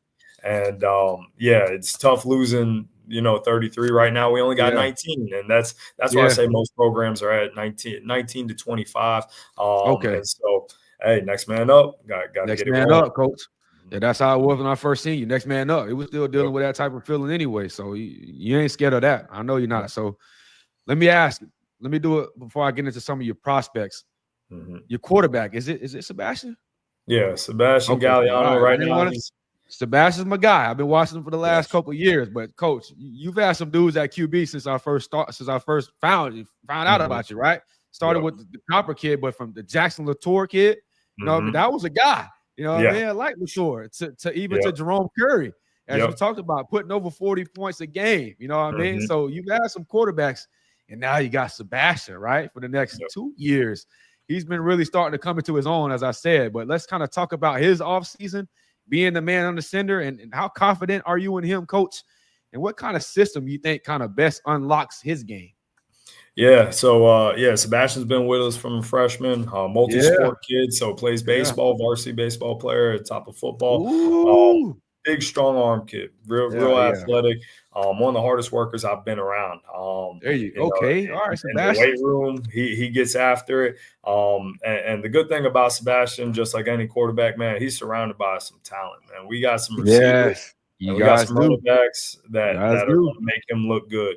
And so he had a good spring, first time being QB1, and I'd be remiss if I didn't talk about Caden Mann, backup quarterback too, because he had a good spring.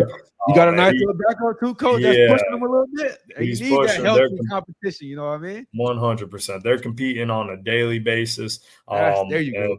Yeah, both of them, have bright futures with us. But Sebastian, big, strong arm quarterback, had a day at USF. He has 2 Division I offers right now. He does. So, is he more, coach? Let me ask. I don't want to give too much sauce away. Is he more stationary, or can you use his legs a little bit, or what is he? Yeah. So is he immobile? Yeah, go ahead, coach. Yeah, you wouldn't look at him and say dual threat off the rip, but I'm like, he runs a 4.8, and so that's decent. That's all you need, quarterbacks. Hey man, pick me up 5'6" and slide, and let's keep the thing moving. That's all I need. Yeah, he could keep it moving a little bit. Okay, You know, that's with all you need. Q power and Q counter, it's in the arsenal, but it's not going to be a not too many staple. zone reads and stuff like that coming out of there. Huh? When we need it, boy, on third and short, fourth, we're gonna call what I we got want a mobile kid anyway, Coach. You want a guy that gets stuff breaks down. I'm not sure what your trenches look like, but stuff can break down, right? We might need 3 or 4 yards to move the chain. So, Sebastian, I want to work on that speed a little bit. Keep working on your agility a little bit. But as you said it, Coach, you got some guys around him that's going to help him a little bit. And I'll name some, and I'll let you get into it. But some kids that I've seen in the offseason, Jordan Donahue, guy, you know what I mean? Really like that. Big time. Yeah. Big. Karmari Sullivan, like him. Duels, plays both sides of the ball. He's going to be like that, college coaches. LaRon Hargrave. Whoa. Another one. Hey, there's some guys over at Oviedo. I know he talking about losing something, but hey. And another one. Smaller guy, still production, though. Emiliano Galarza. Yep. Millie. Those are 4 guys I'll just start with right there. I know you lost some. Man, I love the Manning kid. I think he graduated and stuff, but man, I want to know what your defense look like. But go into some of the prospects you guys got that college coaches should have circled, Coach. 100%. You left off of 2 big guys too, but we'll talk about them. Yeah. So Jordan Donahue, he's a 2027 wide receiver. He's 6'4", a dual sport athlete. He varsity basketball player. Believe it or not, Coach, he is brothers with Alex Saunders. No way. Yeah, so they have they're brothers, man. And you know what it's supposed to look like for the Lions. You know, hey, if y'all don't know, go look up Alex Saunders. You know what I mean? that was a dog when I was first starting off. I'm like, this kid got their 5 stars. You know unbelievable, and they're different type of receivers, but Jordan got it in them. And last year we were more of a running team, but still had 700 yards receiving as a sophomore. Yeah. So production. He can run the route tree, and he's a mismatch nightmare at being that 6'4". He's versatile too. He can chip a little bit off the edge if he needs to. You know what I mean? It can block for that run game a little bit. So you can use him. He's 190. Yeah. And so you can use him in a lot of ways. For sure. They have trouble. The next guy you brought up, Kamari Solomon, man. When I tell you, circle his name. He is different. He's been different since the moment he got here. But this past offseason, he has developed into the leader we need him to be. That's the guy, Coach. He's Solomon the turned to the guy. Let's go, man. Let's go. Last year, and I'll be hard pressed to find another kid like him. As a sophomore, he had 4 non-offensive touchdowns. 4. Man. Pick returns for touchdown, fumble returns for touchdown, punt return for a touchdown. He is a Swiss Army knife. And when we play Central, when we play Central, we lined him up everywhere, and he was getting loose against Central. I'm sure they wanted him to come down there with him by the time y'all was done. 100%. He is different, and he's going to start both sides of the ball for us. He can get it. He's as smooth as they come, man. He is. LaRon Hargrave was the next guy tight end. LaRon Hargrave. Oh my goodness. He is 6'2", 205, physical kid. Has a D2 offer from one of my former players, is now OC at Central State in Ohio. So it's cool to see that come full circle. I'll tag them up. Hopefully they see this. Man. 100%. But LaRon, last year he was more of a blocking tight end. This year he's going to get loose in the pass game. No, his game is expanded, Coach, for sure. You can see it in the offseason. Galarza, he as a sophomore had 500 yards receiving, ran a 10-9, was a little bit injured last year, but Coach, he could stretch the defense. The production piece. On the outside of him, we got a receiver that nobody really knows about. And we'll highlight him just because if you don't know him, now you know him. You got Deshaun Coach. Febris. Say it one more time. Deshaun Febris. Febris. Last year he was going to be a dude for us last year. First game against Lake Mary, first play, he broke his wrist out 7 games. And it took him a while to get his legs under him. He just went to camp last week at SEMO, Southeast Missouri State, picked up his first Division I offer.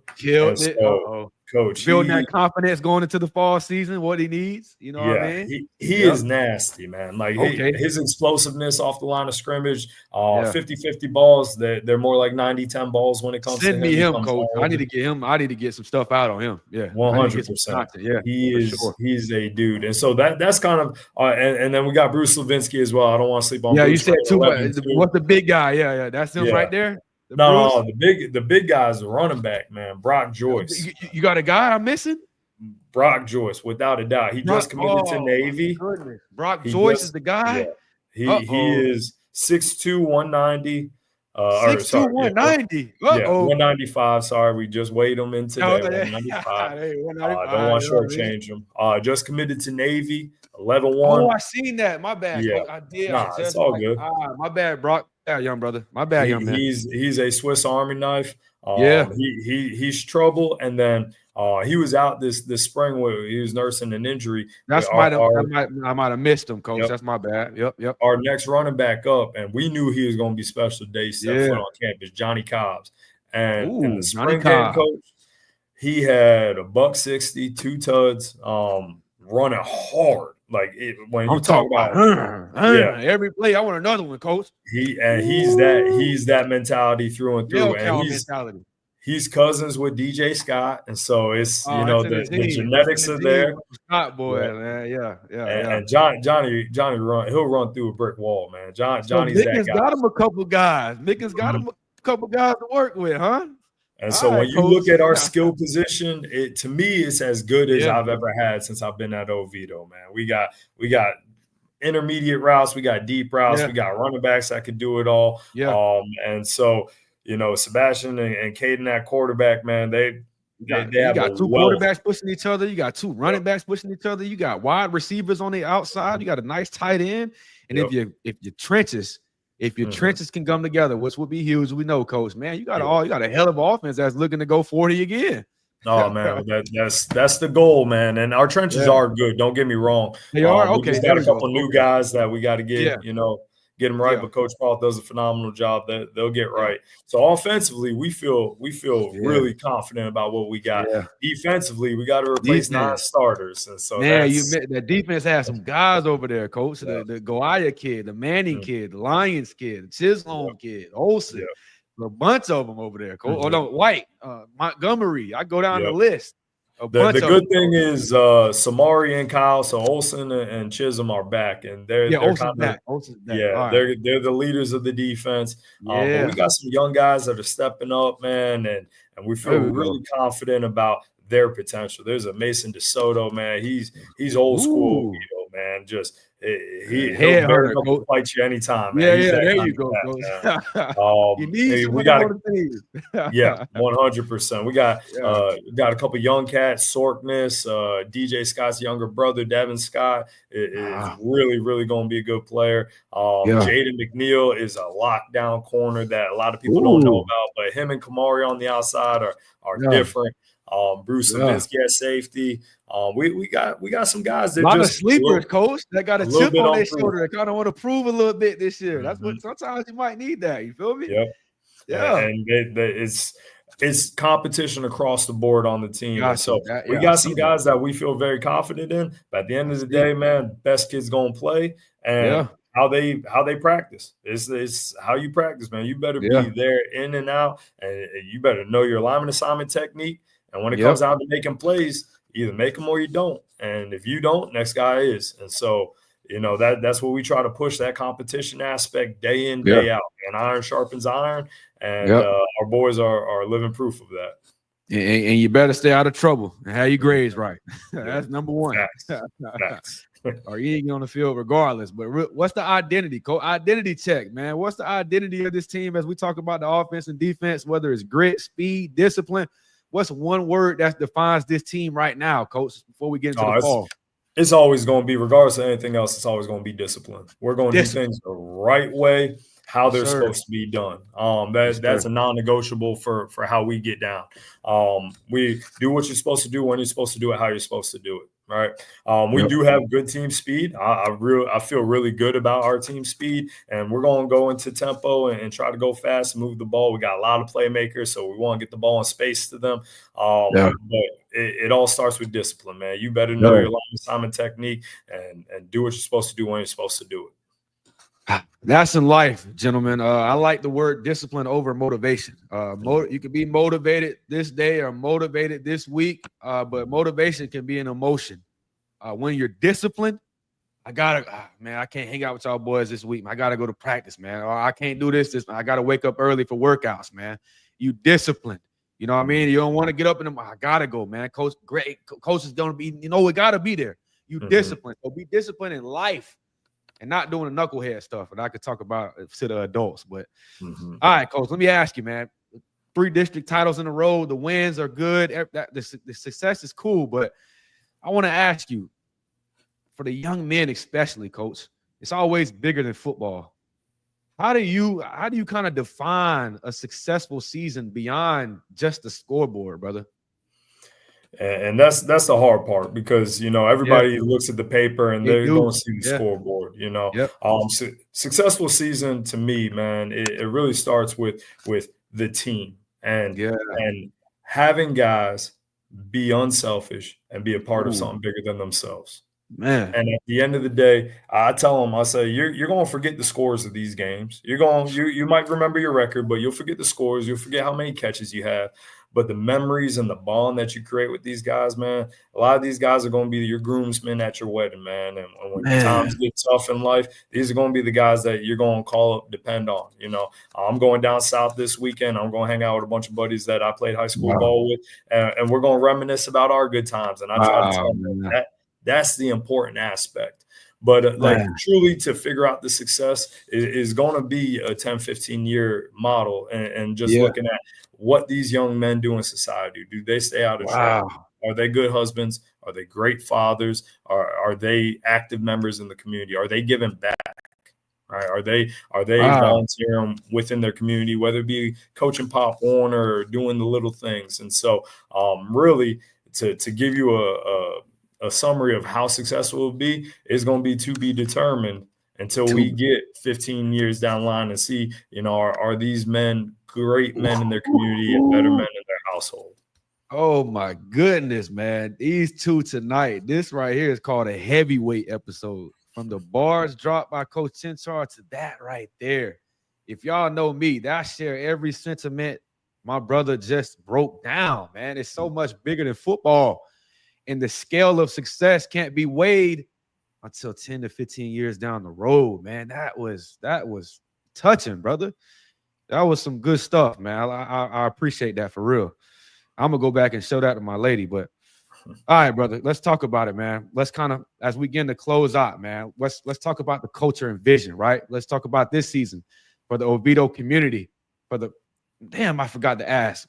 How has the Oviedo community been for these 5 years? You know what I mean? How's the community? How's the investment been from the parents, the administration? They see the success now. I know you told them when you first got hired, believe in it. I got you. Trust me. I see the coaching changes. But to see it 5 years later, how's the investment been from the community, brother? Yeah, man, that's one of the things that drew me to Oviedo was the community support. And I have to say, man, they have gone with everything I've said, man. Like since I've been here, man, the amount of donations to the program, we were able to put up a new scoreboard last year. We ran a youth camp this past summer, and we had over 85 kids a part of it. Oh man, those Oviedo area, man. They tried to tell me when I first came out there, man. That's what's up, bro. Yeah, they're invested. Dr. Daniel, Mr. Morgan, and Coach Darty, our administration team. They allow me to coach ball, which is awesome, man. A lot. I hear some horror stories about some administrative teams out there. Yeah. What we talked about previously, man. They got to understand. They give me the support I need to do what I have to do. They're very appreciative of all the success we have, and they come to the games and support. And so as far as the community and admin support, man, I'm very blessed in that regard, man. And so I'm appreciative of it, and it makes it fun to work for and with people like that. Yeah, and And for those that are watching, right, the community that is watching, brother, let's kind of close with this. The Oviedo football program and community, what can these people expect? You know what I mean? As we get closer to the fall season, what can they expect out of the Lions, brother? Yeah, tough, hard-nosed football team that's going to compete down in, down out, man. You're going to see coaches that care about these players. We're going to coach them hard. It doesn't always look pretty. But we're trying to draw the most out of them. We're going to see young men on the field that love playing for each other, that love playing for this school. And you're going to see a high caliber football, man. That we're going to be competitive in every single game we play. You know, and at the end of the day, our job is to try to win them all. Have fun doing it, and that's what we're going to do. Man, 33 seniors gone, man, but 3 district titles on the way to that. I know you want to push deeper into them playoffs this year. So you got my full support, Coach. But before I let you out of here, we got to do Drew's Fast 5, man. I got 5 quick questions for you. Kind of let the people know the man behind the playbook. Let your hair down a little bit. Let's have some fun, brother. Sounds good. Coach. First question. Who was the first athlete that made you fall in love with the game, brother? Who's your favorite athlete and why? That's a good one. So first athlete for football or first athlete overall? That's athlete in general, man. Who made you fall in love with sports, man? Okay. Kind of a throwback, but I was a big basketball guy. My favorite guy growing up was Sean Kemp, man. I love the Rain Man. That's the Seattle legend, man. Sonics, man. Supersonics, man. Him and Gary Payton, Detlef Schrempf. That squad was fun to watch. Posterizing people. I was a big Sean Kemp fan back in the day, man. There you go, man. What about football? Let me ask you, what about football, though? Yeah, football, I'd have to say I grew up in South Florida, so Dolphins, I was a big Zach Thomas guy, undersized middle linebacker. Come on, Zach Thomas gets some love. There we go. Man, he was that cat, man. Light you up like the 4th of July. Love Zach my Thomas. stepdad was a Miami Dolphin, man, so I watched a lot of that. So, all right, Coach. What's Coach like to eat on, man? What's your post-game, post-camp, pre-game, whatever, man? What's Coach like to eat on, man? Oh, man, I like a little bit of everything. I would say after games, me and the staff, we go out. I'm usually a burger and fry guy. Burger and fries, man. You can't go wrong with that, Coach. Yeah, chop it up with the coaches. You know, pregame meal, I'm eating something light. That way I feel bloated. Maybe just a little chicken, a salad, something light. And me and my wife, we've had this ever since we started coaching. Saturday nights, if we win on Friday, we get a steak dinner on Saturday. And so I look forward to that every single week. And it's one of the first things that crosses my line in the handshake line. If we don't win, it's like, man, I got to wait another week. And so it keeps my motivation going. Hey, man, shout out to the coaching wise, right, man? They got to hold it down for you guys. So that's much love, brother. Makes it interesting on Saturday. So, all right, Coach. You might have heard this one, but it from Coach Chinchar. But if you could teleport to any stadium for a game, man, where are you going, Coach? And who's playing, man? What's your dream matchup, dream stadium game? Oh, man, that's a tough one. It's a tough one, man. Yeah, I got a big bucket list of, I'm big into rivalries, man. I want to see a big time rivalry. Are you an NFL or college guy?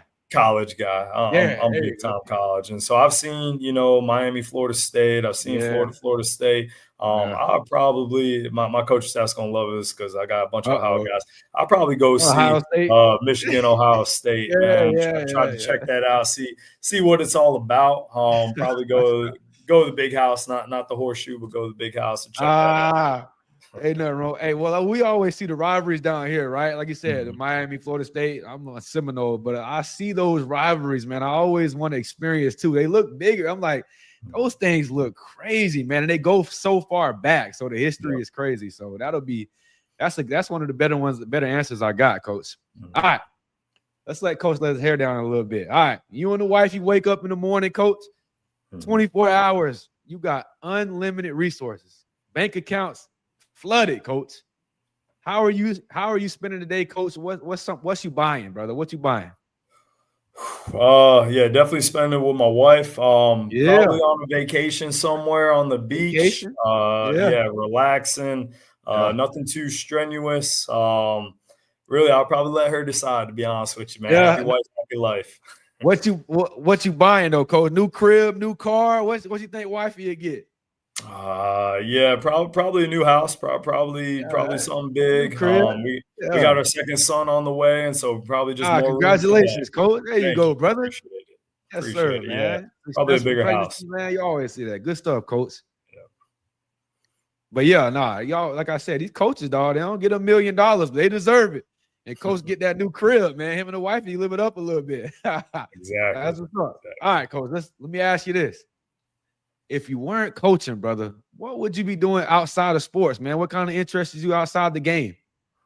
Oh man, I'm kind of vanilla when it comes to that, man. I knew I wanted to be a coach back in high school, and so really, yeah, I'm living out my dream each and every day.